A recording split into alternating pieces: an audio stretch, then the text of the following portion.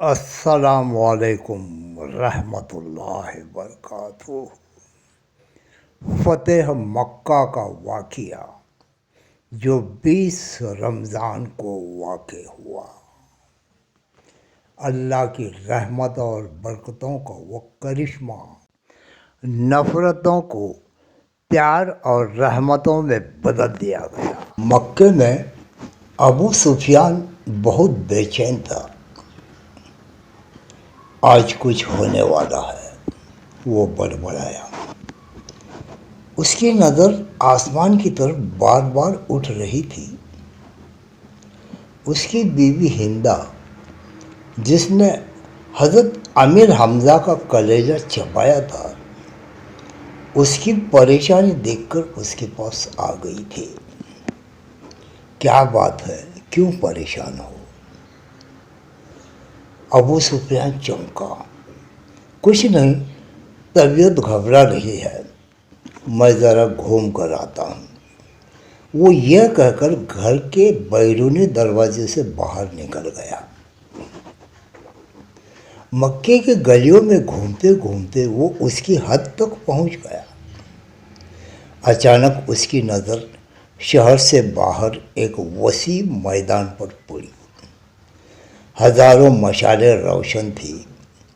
لوگوں کی چہل پہل ان کی روشنی میں نظر آ رہی تھی، اور بھنبھناہٹ کی آواز تھی جیسے سینکڑوں لوگ دھیمی آواز میں کچھ پڑھ رہے ہوں۔ اس کا دل دھک سے رہ گیا تھا۔ اس نے فیصلہ کیا کہ وہ قریب جا کر دیکھے گا کہ یہ کون لوگ ہیں۔ اتنا تو وہ سمجھ ہی چکا تھا کہ مکے کے لوگ تو غافلوں کی نیند سو رہے ہیں، اور یہ لشکر یقیناً مکے پر چڑھائی کے لیے ہی آیا ہے۔ وہ جاننا چاہتا تھا کہ یہ کون ہیں، کون لوگ ہیں۔ وہ آہستہ آہستہ اونٹ لیتا ہوا اس لشکر کی کافی قریب پہنچ چکا تھا۔ کچھ لوگوں کو اس نے پہچان لیا تھا۔ یہ اس کے اپنے ہی لوگ تھے جو مسلمان ہو چکے تھے اور مدینہ ہجرت کر چکے تھے۔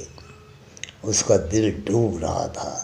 وہ سمجھ گیا تھا کہ یہ لشکر مسلمانوں کا ہے، اور یقیناً محمد صلی اللہ علیہ وسلم اپنے جانثاروں کے ساتھ مکہ آ پہنچے تھے۔ وہ چھپ کر حالات کا جائزہ لے ہی رہا تھا کہ عقب سے کسی نے اس کی گردن پر تلوار رکھ دی۔ اس کا اوپر کا سانس اوپر اور نیچے کا نیچے رہ گیا تھا۔ لشکر کے پہرے داروں نے اسے پکڑ لیا تھا، اور اب اسے بارگاہ محمد صلی اللہ علیہ وسلم میں لے جا رہے تھے۔ اس کا ایک ایک قدم کئی من کا ہو چکا تھا۔ ہر قدم پر اسے اپنے کرتوت یاد آ رہے تھے۔ جنگ بدر، احد، خندق اور خیبر سب اس کی آنکھوں کے سامنے ناچ رہی تھی۔ اسے یاد آ رہا تھا کہ اس نے کیسے سرداران مکہ کو اکٹھا کیا تھا، محمد صلی اللہ علیہ وسلم کو قتل کرنے کے لیے کیسے نجاشی کے دربار میں جا کر تقریر کی تھی کہ یہ مسلمان ہمارے غلام اور باغی ہیں، ان کو ہمیں واپس دو۔ کیسے اس کی بیوی ہندا نے امیر حمزہ کو اپنے غلام حبشی کے ذریعے شہید کروا کر ان کا سینہ چاک کر کے ان کا کلیجہ نکال کر چبایا، اور ناک اور کان کاٹ کر گلے میں ہار بنا کر ڈالے تھے۔ اور اب اسے اسی محمد صلی اللہ علیہ وسلم کے سامنے پیش کیا جا رہا تھا۔ اسے یقین تھا کہ اس کی روایت کے مطابق اس جیسے دہشت گرد کو فوراً تہہ دیگ کر دیا جائے گا۔ ادھر بارگاہ رحمت للعالمین صلی اللہ علیہ وسلم میں اصحاب جمع تھے، اور صبح کے اقدامات کے بارے میں مشاورت چل رہی تھی کہ کسی نے آ کر ابو سفیان کی گرفتاری کی خبر دے دی۔ خیمے میں اللہ اکبر کے نعرے لگنے لگے۔ اللہ اکبر کا نعرہ تکبیر بلند ہوا۔ پھر ابو سفیان کی گرفتاری ایک بہت بڑی خبر اور کامیابی تھی۔ خیمے میں موجود عمر ابن خطاب اٹھ کر کھڑے ہوئے اور تلوار کو میان سے نکال کر انتہائی جوش کے عالم میں بولے، اس بدبخت کو قتل کر دینا ہی چاہیے، شروع سے سارے فساد کی جڑ یہی رہا ہے۔ چہرہ مبارک رحمت للعالمین صلی اللہ علیہ وسلم پر تبسم نمودار ہوا اور ان کی دلوں میں اترتی ہوئی آواز گونجتی، بیٹھ جاؤ عمر، بیٹھ جاؤ، اسے آنے دو۔ عمر ابن خطاب آنکھوں میں گیس لیے ہوئے حکم رسول صلی اللہ علیہ وسلم کی اطاعت میں بیٹھ تو گئے، لیکن ان کے چہرے کی سرخی بتا رہی تھی کہ ان کا بس چلتا تو ابو سفیان کے ٹکڑے ٹکڑے کر ڈالتے۔ اتنے میں پہرے داروں نے بارگاہ رسالت صلی اللہ علیہ وسلم میں حاضر ہونے کی اجازت چاہی۔ اجازت ملنے پر ابو سفیان کو رحمت للعالمین کے سامنے اس حال میں پیش کیا گیا کہ اس کے ہاتھ اس کے عمامے سے اس کی پشت پر بندھے ہوئے تھے، چہرے کی رنگت پیلی پڑ چکی تھی اور اس کی آنکھوں میں موت کے سائے لہرا رہے تھے۔ لبھائے رسالت آپ صلی اللہ علیہ وسلم کو جنبش ہوئی اور اصحاب کرام رضوان اللہ تعالی نے ایک عجیب جملہ سنا، اس کے ہاتھ کھول دو اور اس کو پانی پلاؤ، بیٹھ جاؤ ابو سفیان۔ ابو سفیان ہارے ہوئے جواری کی طرح گرنے کے انداز میں خیمہ کے فرش پر پیچھے بچھے قالین پر بیٹھ گیا۔ پانی پی کر اس کو کچھ حوصلہ ہوا تو نظر اٹھا کر خیمے میں موجود لوگوں کی طرف دیکھا۔ عمر ابن خطاب کی آنکھیں غصے سے سرخ تھیں، ابو بکر ابن قحافہ کی آنکھوں میں اس کے لیے افسوس کا تاثر تھا، عثمان بن عفان کے چہرے پر عزیزداری کی ہمدردی اور افسوس کا ملا جلا تاثر تھا، علی ابن طالب کا چہرہ سپاٹ تھا۔ اسی طرح باقی تمام اصحاب کے چہروں کو دیکھتا دیکھتا اس کی آخر میں نظر محمد صلی اللہ علیہ وسلم کے چہرے مبارک پر آ کر ٹھہر گئی، جہاں جلالت و رحمت کے خوبصورت امتزاج ملاوٹ کے ساتھ کائنات کی خوبصورت ترین مسکراہٹ تھی۔ کہو ابو سفیان، کیسے آنا ہوا؟ ابو سفیان کے گلے میں جیسے آواز ہی نہیں آ رہی تھی، بہت ہمت کر کے بولا، میں اسلام قبول کرنا چاہتا ہوں۔ عمر ابن خطاب ایک بار پھر اٹھ کھڑے ہوئے، یا رسول اللہ صلی اللہ علیہ وسلم، یہ شخص مکاری کر رہا ہے، جان بچانے کے لیے اسلام قبول کرنا چاہتا ہے، مجھے اجازت دیجیے، میں آج اسے دشمن ازلی کا خاتمہ ہی کر دوں۔ ان کے منہ سے کف جاری تھا۔ بیٹھ جاؤ عمر، رسالت مآب صلی اللہ علیہ وسلم نے نرمی سے پھر فرمایا، بولو ابو سفیان، کیا تم واقعی اسلام قبول کرنا چاہتے ہو؟ جی رسول اللہ صلی اللہ علیہ وسلم، میں اسلام قبول کرنا چاہتا ہوں۔ میں سمجھ گیا ہوں کہ آپ اور آپ کا دین بھی سچا ہے اور آپ کا خدا بھی سچا ہے، اس کا وعدہ پورا ہوا۔ میں جان گیا ہوں کہ صبح مکہ کو فتح ہونے سے کوئی نہیں بچا سکے گا۔ چہرہ رسالت مآب صلی اللہ علیہ وسلم پر مسکراہٹ پھیلی۔ ٹھیک ہے ابو سفیان، تو میں تمہیں اسلام کی دعوت دیتا ہوں اور تمہاری درخواست قبول کرتا ہوں، جاؤ تم آزاد ہو، صبح ہم مکہ میں داخل ہوں گے انشاءاللہ۔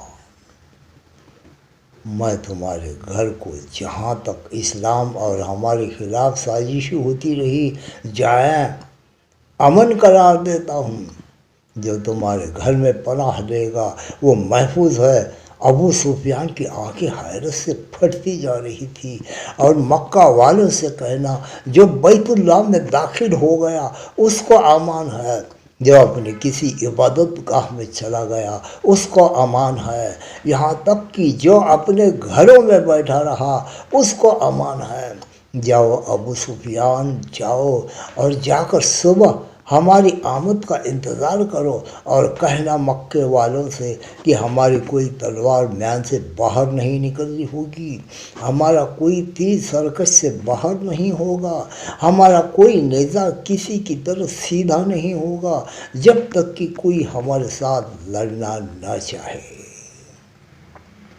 ابو سفیان نے حیرت سے محمد صلی اللہ علیہ وسلم کی طرف دیکھا۔ سب سے پہلے عمر ابن خطاب آگے بڑھے اور ابو سفیان کو گلے سے لگایا۔ مرحبا اے ابو سفیان، اب سے تم ہمارے دین بھائی ہو گئے، تمہاری جان مال ہمارے اوپر ویسے ہی حرام ہو گیا جیسا کہ ہر مسلمان کا دوسرے مسلمان پر حرام ہے۔ تم کو مبارک ہو کہ تمہاری پچھلی ساری خطائیں معاف کر دی گئی اور اللہ تبارک و تعالیٰ تمہارے پچھلے گناہ معاف فرمائے۔ ابو سفیان حیرت سے خطاب کے بیٹے کو دیکھ رہا تھا۔ یہ وہی تھا کہ چند لمحے پہلے جس کی آنکھوں میں اس کے لیے شدید نفرت اور غصہ تھا اور جو اس کی جان لینا چاہتا تھا، اب وہی اس کو گلے لگا کر بھائی بول رہا تھا۔ یہ کیسا دین ہے، یہ کیسے لوگ ہیں۔ سب سے گلے مل کر اور رسول اللہ صلی اللہ علیہ وسلم کے ہاتھوں پر بوسہ دے کر ابو سفیان خیمے سے باہر نکل گیا۔ وہ دہشت گرد ابو سفیان کہ جس کے شر سے مسلمان آج تک تنگ تھے، انہیں کے درمیان سے سلامتی سے گزرتا ہوا جا رہا تھا۔ جہاں سے گزرتا اس اسلامی لشکر کا ہر فرد، ہر جنگجو، ہر سپاہی جو تھوڑی دیر پہلے اس کی جان کے دشمن تھے، اب آگے بڑھ کر اس سے مصافحہ کر رہے تھے، خوش آمدید کر رہے تھے۔ یہ وہ رحمت للعالمین کا کرشمہ ہے کہ جنہوں نے اپنے رحمت کے ذریعے ایک جانی دشمن کو معاف کر دیا اور انہیں دین اسلام میں شامل کر دیا۔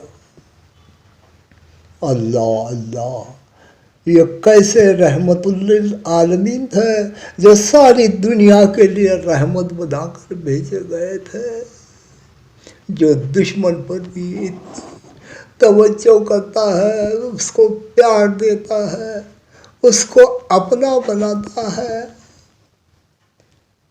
وہ رحمت للعالمین صلی اللہ علیہ وسلم، اللہ تبارک و تعالیٰ ان پہ ہزار ہزار درود اور رحمت نازل فرمائے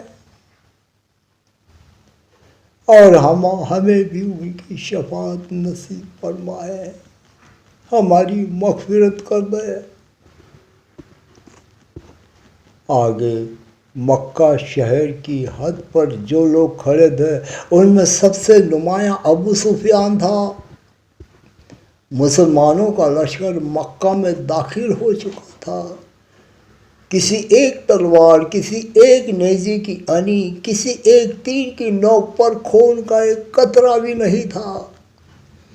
لشکر اسلام کو ہدایت مل چکی تھی، کسی کے گھر میں داخل مت ہونا، کسی کی عبادت گاہ کو نقصان مت پہنچانا، کسی کا پیچھا مت کرنا، عورتوں اور بچوں پر ہاتھ نہ اٹھانا، کسی کا مال نہ لوٹنا۔ یہ کیسی ہدایت تھی، یہ کیسی جنگ تھی، یہ دلوں کو پھیر دینے والی جنگ تھی۔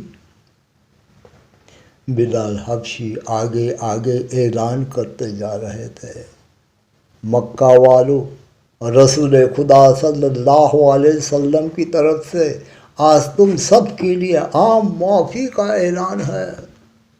کسی سے اس کو سابقہ اعمال کی بات پرس نہیں کی جائے گی۔ جو اسلام قبول کرنا چاہے وہ کر سکتا ہے، جو نہ کرنا چاہے وہ اپنے سابقہ دین پر رہ سکتا ہے۔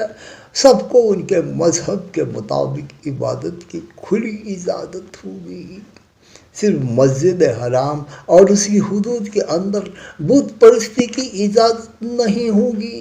کسی کا ذریعہ معاش چھینا نہیں جائے گا، کسی کو اس کی زمین و جائیداد سے محروم نہیں کیا جائے گا۔ غیر مسلمانوں کی جان مال کی حفاظت مسلمان کریں گے۔ اے مکہ کے لوگوں، ہند اپنے گھر کے دروازے پر کھڑی لشکر اسلام کو گزرتی ہوئی دیکھ رہی تھی۔ اس کا دل گواہی نہیں دے رہا تھا کہ حضرت حمزہ کا قتل اس کو معاف کر دیا جائے گا، لیکن ابو سفیان نے تو رات ہی یہی کہا تھا کہ اسلام قبول کر لو، سب غلطیاں معاف ہو جائے گی۔ مکہ فتح ہو چکا تھا، بنا ظلم و تشدد، بنا خون بہائے، بنا تیر و تلوار چلائے، لوگ ذوق در ذوق اس آفاقی مذہب کو اختیار کرنے اور اللہ کی توحید اور رسول اللہ صلی اللہ علیہ وسلم کی رسالت کا اقرار کرنے مسجد حرام کے صحن میں جمع ہو رہے تھے۔ اور تبھی مکہ والوں نے دیکھا کہ اس ہجوم میں ہندا بھی شامل تھے۔ کسی بھی جنگ میں خون خرابہ ہو جاتا ہے، موت کا جشن منایا جاتا ہے، لیکن یہاں اللہ کی رحمتیں اور برکتیں برس رہی تھی۔ ایک دوسرے کو مبارکباد دی جا رہی تھی اور ایک دوسرے کے دل میں محبت پیدا کی جا رہی تھی۔ اللہ کی رحمتوں اور برکتوں کا نزول صحابہ رضوان اللہ تعالی اجمعین نے وہاں پہ دیکھا تو حضرت ابو بکر صدیق دوڑے دوڑے اپنے والد ابو قحافہ کے پاس گئے، ان کی خیریت پوچھی، اسلام قبول کرنے کے لیے ان کو تیار کیا، موقع غنیمت جانا اور حضور صلی اللہ علیہ وسلم کے پاس ان کو لے آئے۔ پیارے نبی صلی اللہ علیہ وسلم نے بڑی عزت کے ساتھ ان کو بٹھایا، اسلام کے بارے میں بتایا اور کلمہ پڑھا کر مسلمان کر لیا۔ اب تو حضرت ابو بکر رضی اللہ تعالیٰ عنہ کی خوشی کی کوئی انتہا نہ رہی۔ سارا خاندان تو پہلے ہی مسلمان ہو چکا تھا، صرف والد اور ایک بیٹا عبد الرحمن باقی رہ گئے تھے، وہ بھی اب مسلمان ہو گئے تھے۔ یہ اللہ کی شان اور اللہ کی قدرت کا ایک اعلیٰ نمونہ تھا، ایک مثال تھی جو دنیا والوں کو اللہ تبارک و تعالیٰ کو دکھانی تھی۔ نہ ایسی جنگ کبھی دنیا میں ہوئی، نہ قیامت تک ہوگی، جس میں اللہ کی رحمت اور برکتیں نازل ہوتی ہو، خون بہنے کی جگہ ایک دوسرے کے لیے پیار بہتا ہو اور ایک دوسرے کے ٹکڑے کرنے کے بجائے ایک دوسرے کے ٹوٹے ہوئے دل جو جوڑے جاتے ہوں، ایسی جنگ آپ نے کبھی دیکھی اور سنی ہے؟ تاریخ بتاتی ہے کہ جنگ میں جو خون خرابہ اور جو جسم ٹوٹ جاتے ہیں، موتیں ننگا ناچ کرتی ہیں، لیکن اس جنگ میں بالکل الٹا ماحول تھا۔ یہاں دل جوڑے جا رہے تھے، خون کا ایک قطرہ بھی نہیں بہہ رہا تھا، پیار اور محبت کی بارش ہو رہی تھی اور جدھر ادھر اللہ اکبر کے نعرے لگ رہے تھے۔ یہ رمضان المبارک کی برکتیں نہیں تو کیا ہیں؟ یہ 20 رمضان کو مکہ فتح ہوا اور دین اسلام کے لیے ایک عید کا دن ثابت ہوا۔ یہ پیار محبت کا مہینہ، یہ مغفرت کا مہینہ، یہ رحمتوں و برکتوں کا مہینہ، یہ رمضان میں ایسی باتیں ہوا کرتی ہیں، ایسے ہی فیصلے اللہ تبارک و تعالیٰ کے ہوئے کرتے ہیں۔ اللہ تبارک و تعالیٰ تمہیں اور مجھے بھی اپنی رحمت اور برکتوں سے نوازے اور ہمیں بھی یہ ہر رمضان میں اپنے رحمتوں اور بارش کا ہمیں نزول دکھا دے تاکہ ہمارے دل بھی باغ باغ ہو جائیں۔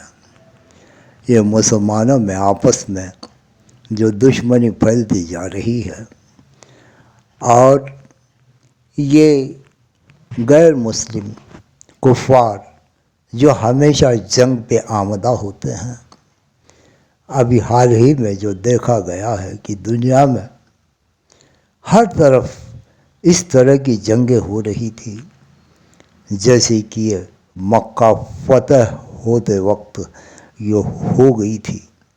اللہ تبارک و تعالیٰ سے یہ دعا ہے کہ یہ جنگ کی نفرت کو پیار اور محبت پہ بدل دے، ایک رحمتوں اور برکتوں کا دریا بہا دے کہ یہ ٹوٹے ہوئے دل ایک ہو جائیں، انسانیت جاگ جائیں اور ایک دوسرے کو مارنے کے بجائے ایک دوسرے کے غم جان کر آپس میں ایک دوسرے کو مدد کرنے کا جذبہ پیدا کریں تو ساری دنیا ایک گلشن کا گہوارہ بن جائے گی اور اللہ تبارک و تعالی ہمیں اپنے رحمت اور برکتوں میں ڈھانپ دے گا۔ آمین ثم آمین انشاء اللہ۔ اللہ حافظ۔